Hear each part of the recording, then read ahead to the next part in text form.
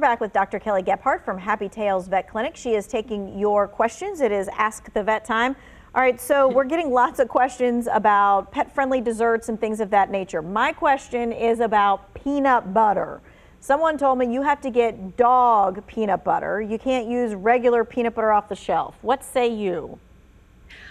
I say, as long as the peanut butter does not contain xylitol, it is fine. Preferably, if it were it's just roasted peanuts that are, crushed into a peanut butter, that's preferred. No sugars and no palm oil and those things added. Those are supposed to be better for us as well. I'm a Jif girl myself. I love me some Jif. But if you can just go with just some fresh roasted peanuts that are ground, that's preferable. Really, peanut butter, as long as it doesn't contain xylitol, is fine. As long as it doesn't contain xylitol, so be looking on there for that. All right, this person says, if my dog gets into chocolate, what you had been talking about in that first segment, what warning signs should I look for? Because maybe they don't even know that the dog got into chocolate. Yeah, the first things you're going to see is are vomiting, diarrhea, hyperexcitability, tremors. Those are the things you're going to see at home. Most often it's vomiting and diarrhea first, and my dog's really hyper. I don't know why, right? Or tremoring. Okay, so shaking, that kind of thing. Yep, vomiting, and maybe you see chocolate or wrappers in the vomit. Okay, gotcha. So pay attention. All right. So now there's a question about what are observable symptoms of pancreatitis in a small dog? Good question. Pretty much the symptoms are the same, whether it's small dog, big dog, cat. It's vomiting, diarrhea, abdominal pain, decreased appetite, tension in the abdomen. You pick them up and they cry out. Those are the main symptoms we see: vomiting, diarrhea, decreased appetite, and abdominal pain. Yeah, when the dog doesn't want to eat, something's wrong for sure. Yeah. All right, this person says, what can I do to help with barking? My dog barks excessively when it hears noise or when a guest comes over. Same. Yeah, me too.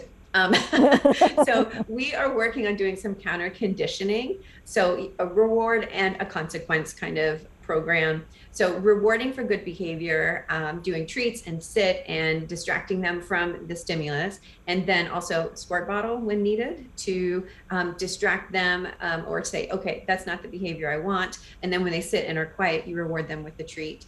Those are some of the things. And it's going to be an ongoing process and retraining their minds to not bark when they hear that stimulus. So it takes a little bit of effort and time. Yeah, and when you say that effort and time, I mean, it takes effort and time on the part of the adult human parent, right? I mean, we have to be consistent with that. If we only do that every once in a while, the dog's not going to know.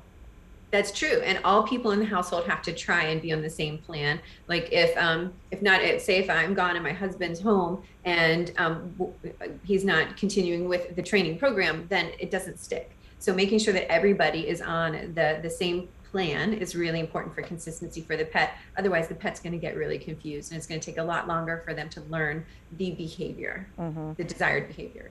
This person is saying, my dog seems to wheeze whenever they get excited. Should I be worried about that? I think it depends on, so it could be, the answer could be yes, but it also depends on the breed of the dog.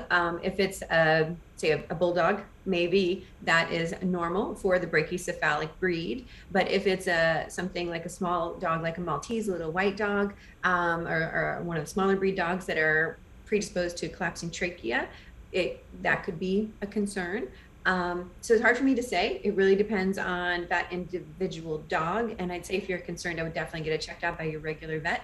Especially if it's a new thing or something that's getting worse or anything that concerns you, it's worth getting evaluated by a veterinarian. Yeah, I mean, it's worth just making that call to your vet and saying this is what's happening and see what course of action they're going to say. Thank you so much for your time and your expertise. We so appreciate you. And if you missed any of this information, what we want you to do is go to our website. It's going to be in the Who Wants to Know section.